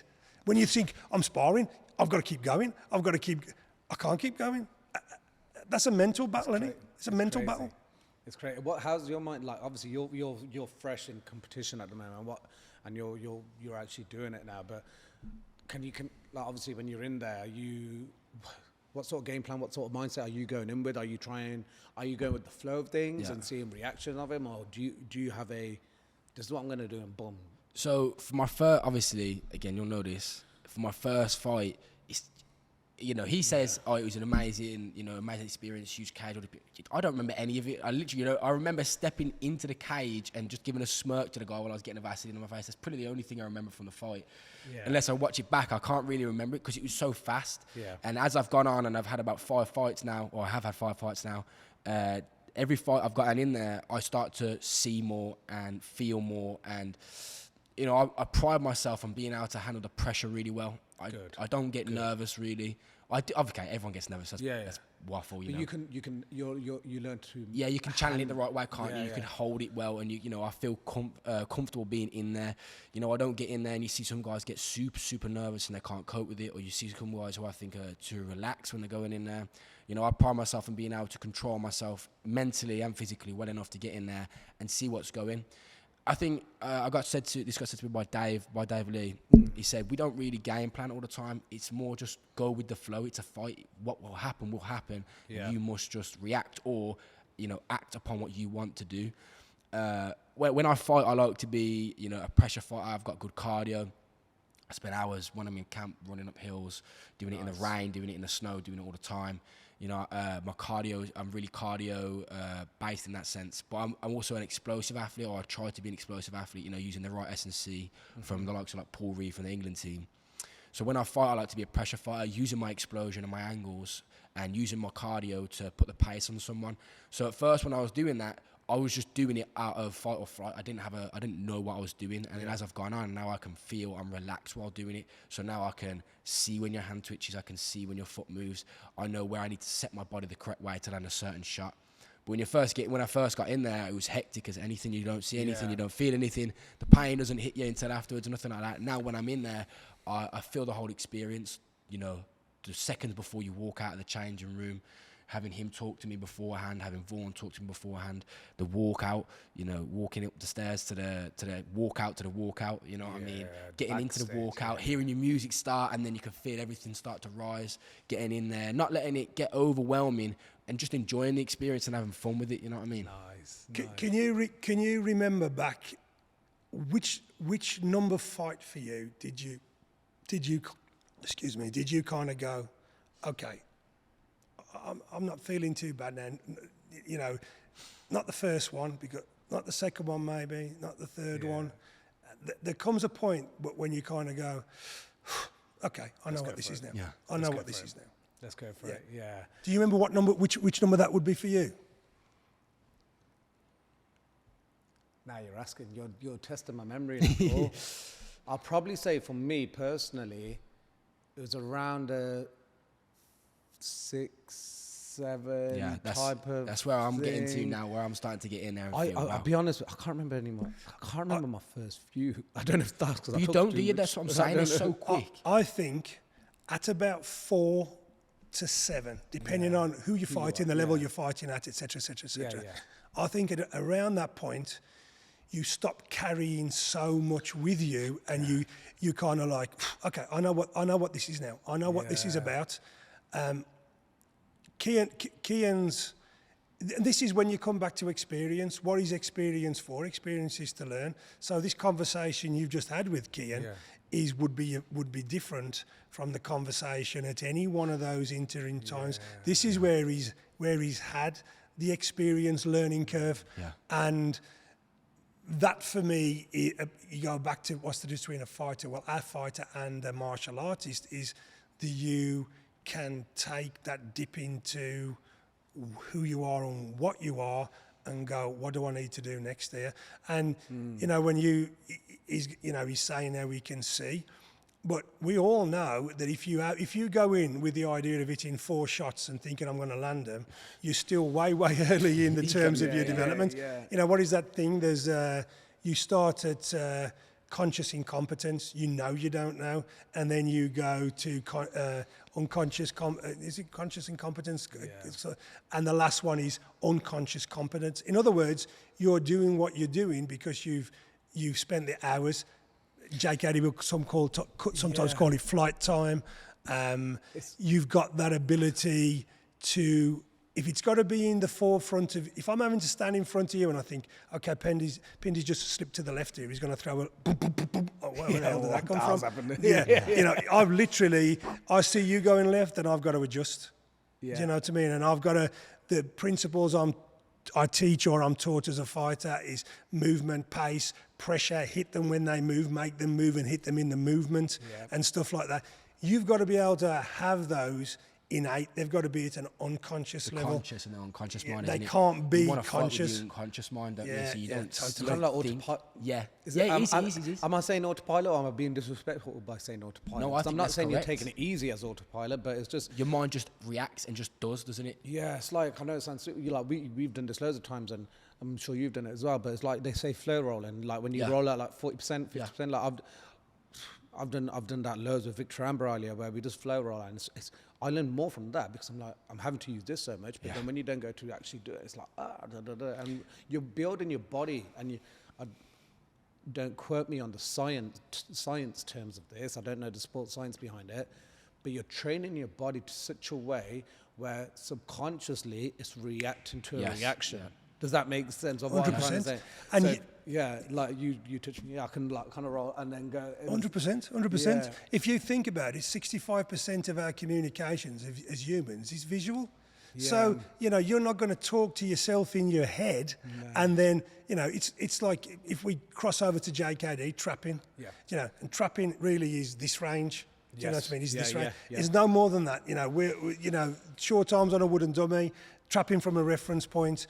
It is there because in that range, it doesn't matter who you are. If you're going to expect to see this, see the extension, see what it's doing, evaluate it, and then come back with a response before I move my arm without any retraction back, whatever that is, a foot, 30 centimeters, you're deluding yourself. But if you've trained enough and you don't really look and you feel, don't think, feel. Yeah. If you do that, then there's a good chance that you will be able to read the body, not interrupt it with your visual sense. So when you're rolling constantly, you know, the terminology we might use is chain wrestle it together, you know. So, you know, I hit the snap down, I hit the guillotine, I hit the elbow up guillotine, I hit an arm in, I hit a darce, I hit a, an anaconda. Like, bap, bap, bap, bap, bap, bap, bap, bap, bap, bap, bap. I'm never going to ever do that. But what I want is the body awareness and the mental acuity that when those things appear or when I can make them appear, that I'm there to go. I'm not, Pindy's moved. Now I think I need an anaconda. Oh, no, the darce has gone. Now I need to look for a... Oh no, that's gone there. Where's that? You know, and I'm obviously over exaggerating. But I get it. I 100% get it. And I just think I love seeing it. I love hearing it. I love hearing it fresh from like the likes of Kean, and I love hearing like what the different mindsets are. Do you feel like, obviously, Kean, you've been brought up in, I wouldn't say it's traditional martial arts because JKD is, but do you feel like, and am I right in saying as well, and Paul, I don't know what your mindset is on this, but you've grew up with a lot more martial arts than both of us put together, and you've done it from, like you mentioned, from Shotokan karate to where it is now. Do you feel the tradition and the culture of martial arts has gone completely away from the sport? And if you think it has, is it something that we just got to accept and move on with the times? Do you understand what I'm trying? Like, yes, I think GSP put this well. I'm not just a fighter; I'm a martial artist. So I look for personal improvement as a martial artist every day. Yeah, I believe in that 100%. That's the way it should be. Yeah. So for me, if you look at, again, I'm gonna generalize. Japanese martial arts, ordered, structured, sensei, one who came before.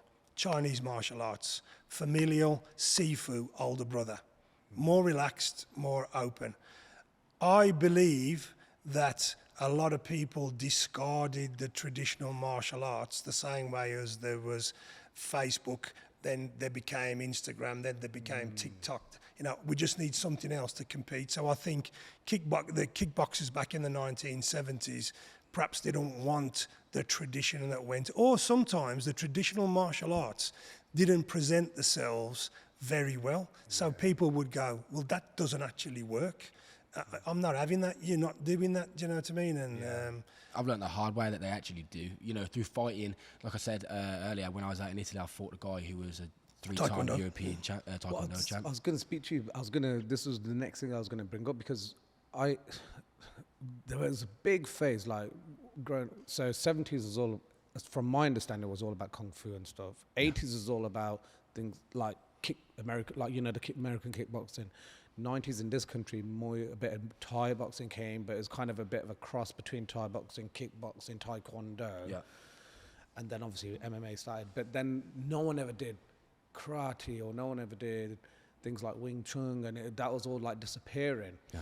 Lyoto Machida knocked out Randy Couture I can't remember what year that was, and that was with I don't know the technical term, but it looked like a karate kick. I don't know, is it called crescent kick? Crane kick, that was it, crane kick, yeah. And now recently I've been seeing all over social media combat sport karate, and watching these guys compete in combat sport karate is like, whoa, that shit's real. Does that make sense? I underestimated it big time. Yeah. And then I realised, obviously he used to go to me, Shotokan this and Shotokan that. I'm like, Dad, I'm MMA. That don't work. You ain't gonna do that to me. You ain't gonna do this to me. Obviously, I'm only 20 years old now, so that was a young mind in me. And then I fought the guy out in Italy, 3 times Taekwondo champion of Europe. And when I went against him, I pride myself on being a sharp striker. So I believe I can stand with the best in a lot of ways. And then when I got in front of him, and then he was out striking me, I was like, what on earth? This is before I knew he was a Taekwondo champ. So I was like, what's going on here? Why can't I touch him? Why is his kick so fast? Why is his straight so fast? His movement so slick. It feels like he's just ever so slightly out of my range when I'm trying to touch him. It's super frustrating. And then when I found afterwards, I said it to you the other day, I have a whole newfound respect for the people who still practice the traditional side of things, because there is a serious, side to it there. Without sounding disrespectful, the shots when they were hitting you, was it clipping you, stinging you, or was it actually hurting you? There's a difference, isn't there? Do you understand what I'm trying? I've got quite a chin chin, so I can take a punch. I've never been dropped, not in a fight, and I've been dropped in the sense of sparring either. I've been hit with body shots, obviously, and they put me down, but I've had it where I've been rocked properly. The worst I've ever been rocked was by boxers, because obviously their hands are super heavy and sharp. When I fought this guy, his punches never really hurt. There was never like he's rocked me, I feel wobbled, I feel on the back foot. It was more damage that he caused than it was anything else. Can I just say this now? And we talk about what people think. So immediately, I can see Pindy going, but they all stop half an inch short, don't they? Yeah. Is that right? Is that right, bro? Yeah. In my head, they all go, yeah, and stop. They all look good because they never extend energy. Yeah. But if you... I fought in that, and it was, I have been there when people have spat teeth out from axe kicks and so on and so forth. But also, what you understand is that's the thing that people pick on and go, but you don't really hit, do you? Because again, conceptually, if I fight Savat, I get 3 points to kicking you to the head. What am I going to do? I'm going to learn to kick you to the head, and I'm going to be very good at it. Yeah. When you come to a Taekwondo, Shotokan, and I was around at the time when there was Andy Sherry, Bob Rhodes, Bob Poynton, Terry O'Neill, who was the stand-in for Arnold Schwarzenegger, the Frank Brennan, who was a phenomenal champion, Ronnie Christopher from Birmingham, who was an amazing karateka. These guys would have this is not like going, can that guy fight or can that... You could have gone to them, here's a couple of pillars, have a row, and it would have been a fight. Yeah. Do you know what I mean? I think the difference is that people don't understand is that if you get in with a good boxer, he'll stand here in front of you and he won't be that easy to hit. There are rules. You can't clinch with him. You can't grab the back of his head. The targets aren't available. When you go to these guys that fight on that point scoring, what they learn to do day in, day out is to be on you and be off you. Yeah. Be on you and be off you. On you, off you, on you, off you, on you, off you. And when you don't train for that, then all of a sudden you're like, what the where was it? Yeah. When you normally have an extra second to hit someone. This is why I was asking you, because from what it sounds like, from that fight for you, that was like a turning point for you in terms of respecting, like knowing this person's done this in the past, this person's done this in the past, and now having an understanding of it. For me personally, I'll tell you when it was for me, is when I went to Herrick's in Orange County, and I was just coming off just the only striking I probably did was a bit of Panatukan and primarily Thai boxing. Thai boxing is all about standing square on and standing your ground, and that's all I ever need. And now I sparred James Wilkes, sparred Cub Swanson, sparred Jay, and Ben Jones at the time as well. Ben Jones was very I remember sparring him, and it was like it was tough. It was similar to Thai boxing toughness. But then I remember sparring Jay and Cub Swanson, and theirs was what you just said, in and out, because they've come from I remember getting hit with a heel kick. I don't know if you've ever taken it's like where to the leg. You go. They're just chopping a heel into your leg, and I was like, and I took it, and I was like, oh, dead leg instantly, dead leg. Switched my stance, took it on this side, 2 dead legs, and I remember running at the cage to spew up because of instantly 2 dead legs, and it's like, but for me that was a turning point. Because when I was sparring these guys, they were so sharp, and I remember getting hit with 2 hooks from Cub at the same time. Because he's just like, they were just, I wasn't used to that. And for me, that was a turning point, because that was when, for me, I noticed actual other martial arts coming into one. Yeah. And basically get beat up by it. So it's we say this, I've been saying this now, probably for the last month or so. I know, but month and a half, I'd say 2 months. I watch a lot of GSP. So you got a photo of GSP. I watch a lot of GSP because he, in my opinion, he's the best of all time. I watch a lot of John Jones because although he has the drug stuff and all the other stuff, his fighting ability is next to none. You got to put the other stuff. It's unbelievable. But and I get to spar with guys like Sam Patterson and some of the best guys in the country. The one thing that I've realised personally is that you can be a specialist to an extent.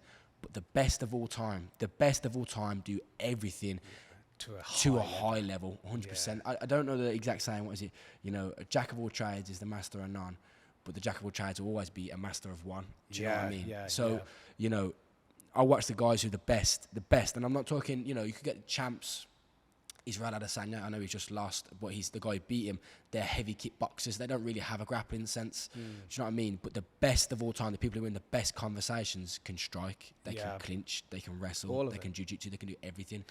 So I've stopped looking at myself. A little bit before a month ago, but I've stopped saying, people go to me, oh, what do you think your style is? Before I'd always go, I'm a striker. I'm a stick striker. Now someone asked me the other day, they said, what do you think you are?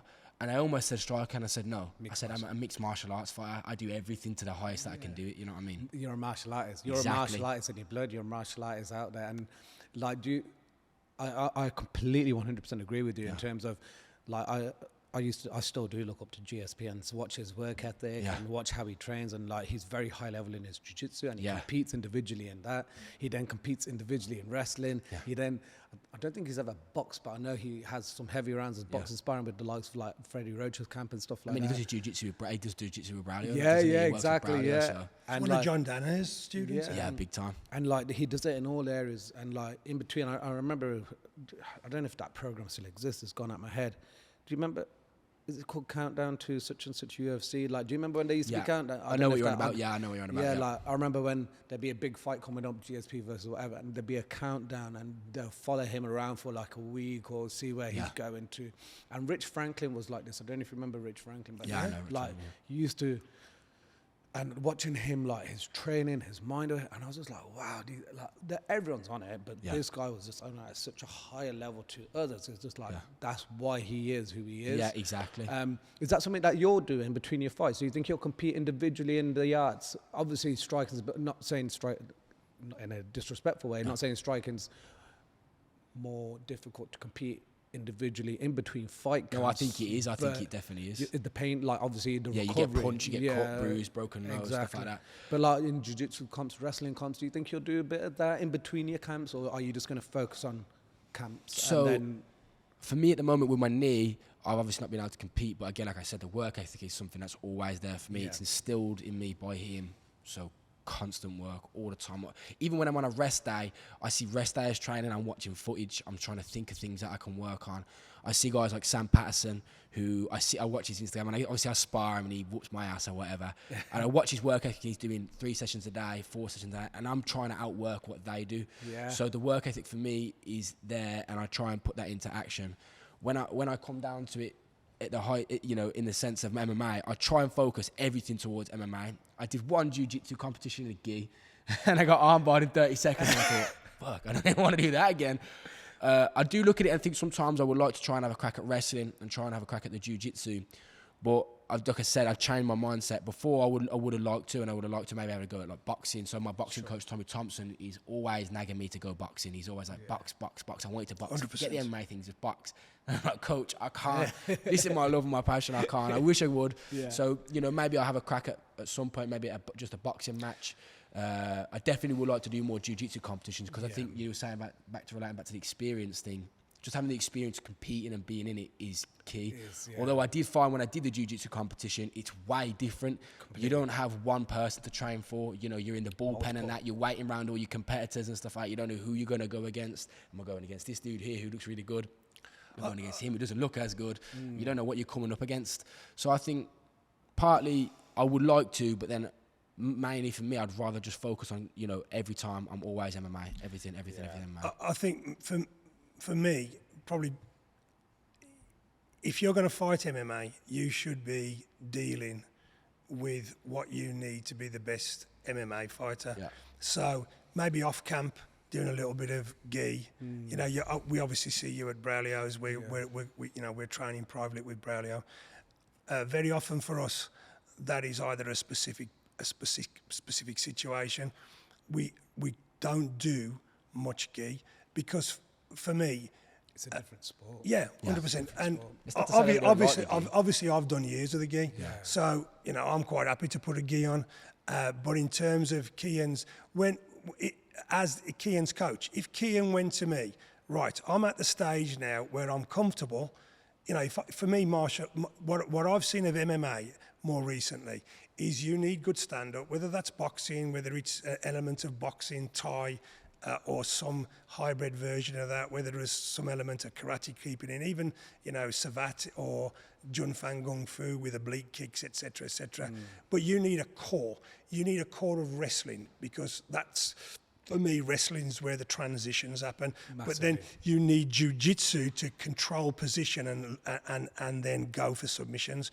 Now, until you evolve that into a cohesive ball, me personally, I wouldn't be focused on anything else. Anything else apart from that. Can I ask you one, with obviously all the training you're doing individually, you mentioned there Tommy Thompson's your boxing coach, you've obviously got your dad, you've got Braulio, do you apply your boxing and your striking? Do you apply a bit of Panatukan in your game as well, or no? Well, I actually have to, because I don't think I'm not as big on it as he is and Vaughan is. So I've got pictures and videos on my phone where I'd have done like an hour and a half of MMA with Vaughan and him, and then they just start messing around with loads of Carly stuff, etc., etc. And although I'll say that I don't really use it that often, there is a lot of things in there that I will do from it, just out of watching him do it, or him doing it in the sense of an MMA sense. So he, again, I'm pure MMA. I just always think about it constantly. But watching him, he'll try and translate it for me, so it does fit to what I want. When I was younger, I would have to do the Carly and stuff like that in the class that I had training when I was a kid. And I always had a little bit of I don't know if I want to. I like it, but I want to do the MMA side of things, the striking, the wrestling, and the grappling. But now, we had a big thing over Hubud and stuff like that. We do Hubud, and we'll do different things that he'll put in there. And I'll go, Dad, would that actually work? And he'll go, yeah. And he'll translate properly for me from being it just Panatukan to how it would work for me in an MMA sense. So there will be hints. Have you seen Thug Rosie do that? Yeah, that's where we got it from. That's where we got it from. Because her and Greg Nelson. Her and Greg Nelson, and like Greg Nelson does it with quite a few of his fighters, to be fair. Like, and He has them all do it, doesn't he? Yeah, and it translates. I think if you look at martial art, you go, well, if I'm going to pummel as a wrestler, then why wouldn't I hoobud as a striker? Yeah. If I'm going to pummel with my feet from jiu-jitsu, why would I not look at trapping on the ground? If we look at the bow tie from CSW, is that not a lopso? Well, like when Sensei Paulson was here a few weeks back, he was, because obviously I was training in a seminar a week out for the fight. I was literally mid-weight cut, so I'm like all drawn out and skinny. And he's being nice, he's helped me along, and he's giving me some tips. He was giving it to me. I was getting, when he went Grovit, I thought, oh no! And he was showing me some stuff, passing the legs if the person slips over or you drop them or whatever, bulldog chokes and stuff like that. And he was showing me something from Mount, which was basically trapping. He was just trapping both the arms and then lying his hips on them. And I was thinking, that's just trapping, just done in a CSW or jiu-jitsu sense. Yeah. I thought, wow, but it actually does. Here's the thing, Braulio does he? Yeah. Braulio will put both hands here, then kill him with his. And pressure. So for me, if you've got Chisao, Hoobud, and you go, they don't matter. Well, hang on then, but pummeling matters. How do they not matter? If that matters, that's just a slightly different range. Yeah. And I think the other thing is, if you're going to prefix or suffix something, so I go cross on its own, but now I go lead leg kick, cross, left jab, cross, lead leg kick. If I put something else in front of it, then it just challenges me to move it to the unconscious, actionable part of my mind. So as a training methodology, if Kean goes to me, would that work in it? And he will question lots of stuff that I do. So I catch, parry, cover, and then I wrap. Yeah. But I've kept control here. So now I pull this and I trap this and I left hook. Yeah.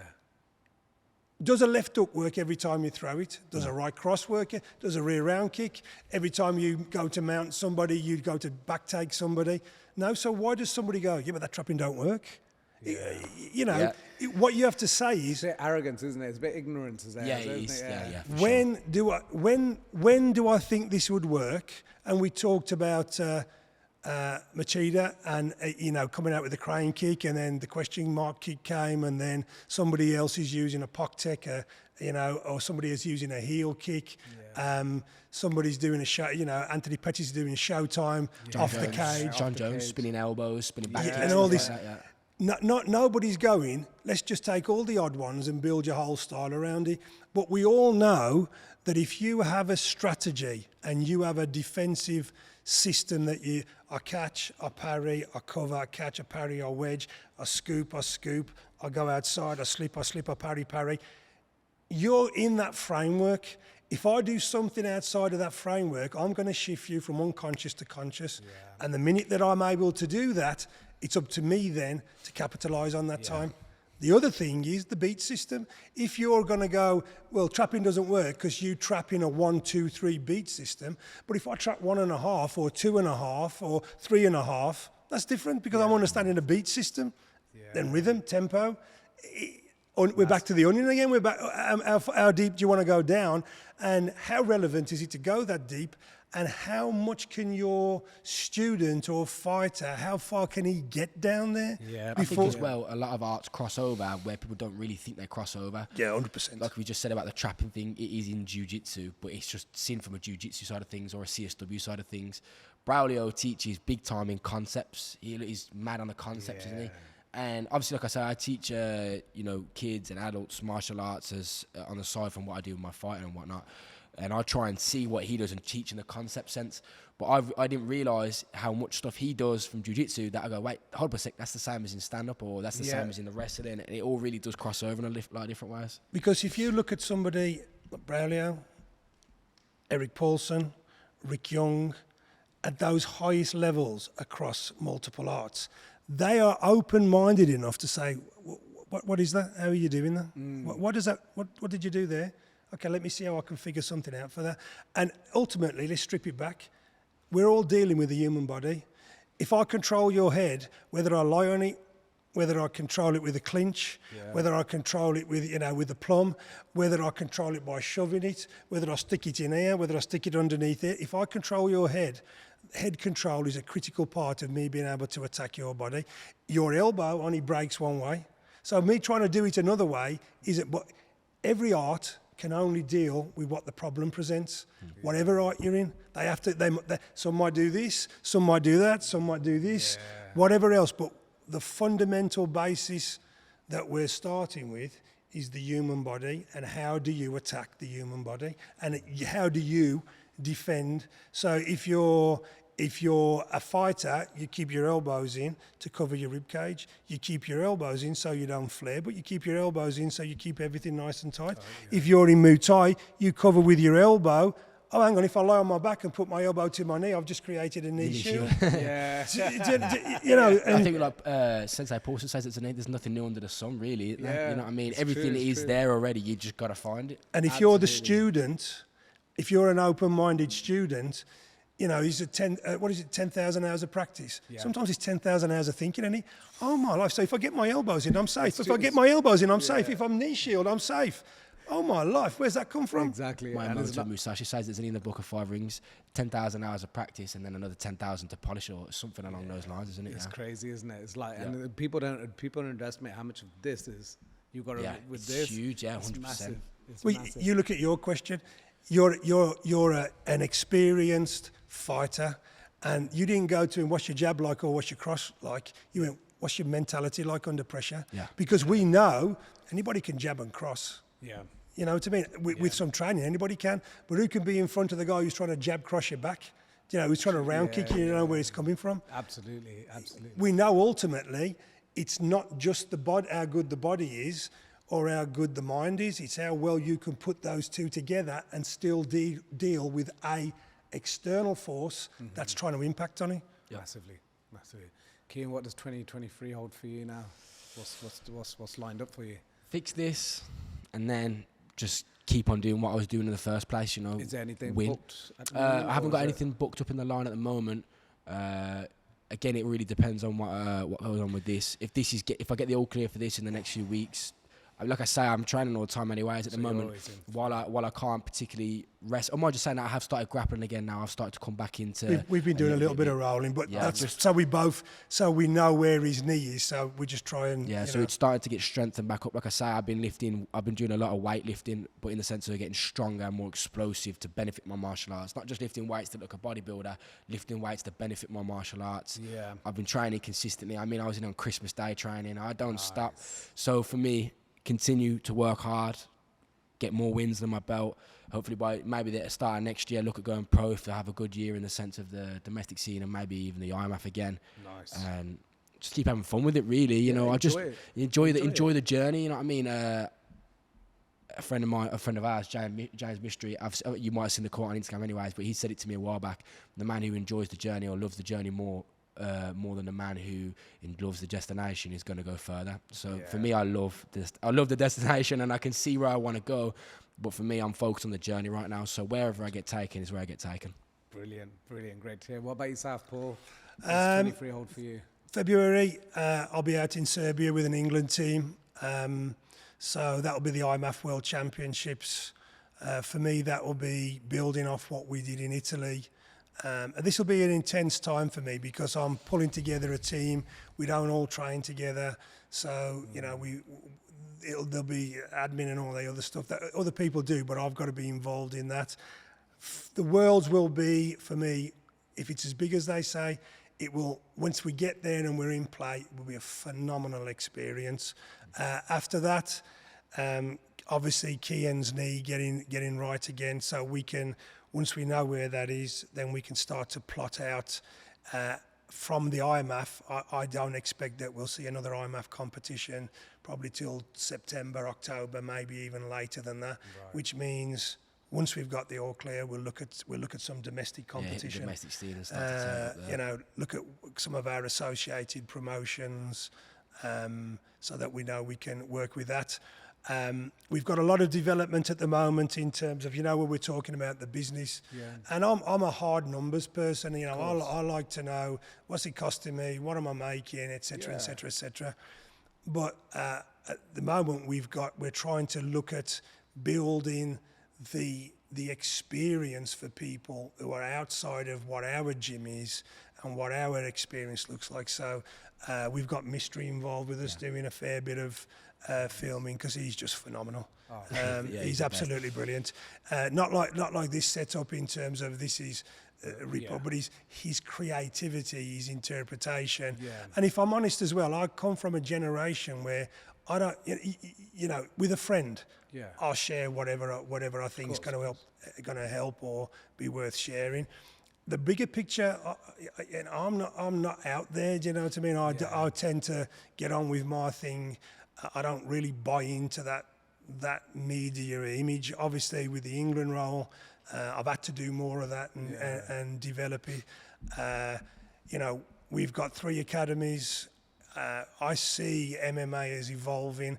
What I really like about Emma and the other stuff that we're doing is we're evolving it in the right way, not the old days, but we're starting to say, look, if football, cricket, etc., is a sport for youngsters, there are young men out there who can go down this route, but it will be safe, it will be regulated, it will present them as proper professional attitude athletes, not, I just want to kill somebody. Do you know what I mean? And then, I'm 65 this year. I want to see people in my team, people like Kean, starting to pick up the reins from me a little bit more. Emma, IMAF is for me to give back because I believe martial arts has given so much to me, which is why I believe in the character education, which is why I believe in what it can do for you on many for me, the mat is a microcosm of the world. You see what people are and what they're not. And, I've pushed and shoved for a long time. And my wife, Sam, will go to me, do you know what, maybe you should. And I go, but I don't know how to. So, I've learned how to armbar. I've learned how to throw a right cross. I now need to try and learn how to get a little bit better life balance if I can, and still do the thing. He lies. He's never leaving. He's never leaving. I didn't say I was leaving, and I didn't say, by the time you get to it's like someone like Eric or someone like Rick or someone like Guru Dan, there's, for the right people, there's always something that those people can learn and share with you. And absolutely, probably for me to see myself more as a coach, and we touched on it today, and I've gone down this route before. People who think they understand what makes a business work, and they write a book or they put some stuff on social media. I know what makes a business work. I can tell you how to make it work. You might not want to do what I say, but I can definitely tell you. Maybe expand on something like that as well. Stretch myself out a little bit and go, not so much martial art, but how do I make a martial art business successful? Because I see so many people out there doing it. Yeah, and also so many people who they're not giving real information, and people who I know who I think are phenomenal coaches, phenomenal martial arts, and they don't know how to make their business effective. Maybe. How about you, Pindy? What you got for 2023? No one's ever asked me. No. He's got no room. 23 to him, he's the 23rd hour of the day. He's got no room, man. No, we've got, I want to get some more guests like yourselves, phenomenal, inspirational leaders out there. For me, I really want to get this podcast launched even further out to the wider audience than it already has. Because doing these podcasts for me, I learned so much from the likes of yourselves. I just had Eric on there, people like Braulio. I learned so much from such inspirational leaders out there like yourselves that I want to get this up and bigger than it already is. I think you won yourself. I don't think you should underestimate what you are yourself. No, I appreciate that, brother. Thank you so much. No, I think he's right, Pindy. I think you know what you've done with what you've worked with, how you've managed to create and work this with the the boxing and still keep everything else your own personal training. There are as well as this, the gym that we're sitting in is unbelievable. I think you should look, because decades teach you to be different. So what you've got now in 20 years will be different, and it might not be of the same value, the same impact. You know what I mean? Yeah. It might be better later, but now might be more relevant. Yep, that's it. Yeah, true. So no, big things ahead, and I'm just looking to keep going in the right direction, and keep surrounding myself with the right people like yourself. So thank you so much, man. I think for me, if we all went goal orientated then, but I think if you actually said what would be the best 2023, that would be to be with the best people. Yeah, for sure. 100% for me. Couldn't agree more. Yeah, that would be. You have to live life in the correct way, that is, isn't it? Yeah, for sure. Yeah. And I just read something. Actually, I've got it on my phone, and I posted on Instagram today. Everyone knows who Steve Bartlett is. He's the Diary of the CEO, and he wrote today on Twitter. This was the last few years have shown us how precious life is. So this year, do not let the fear to win. So this year, do not let fear to win. Book that flight, apply for that opportunity, tell the person how you feel, start that business, learn that skill, take that risk. Dare to be great. There you go. And he said, live while you can. I love that. So yeah, there you go. Dare to be great as well. So good note to finish it off on, isn't it? 100%. Paul, Kean, thank you so much for taking the time. Thank you so much for having us as well. Yeah. Anytime, brother. Anytime.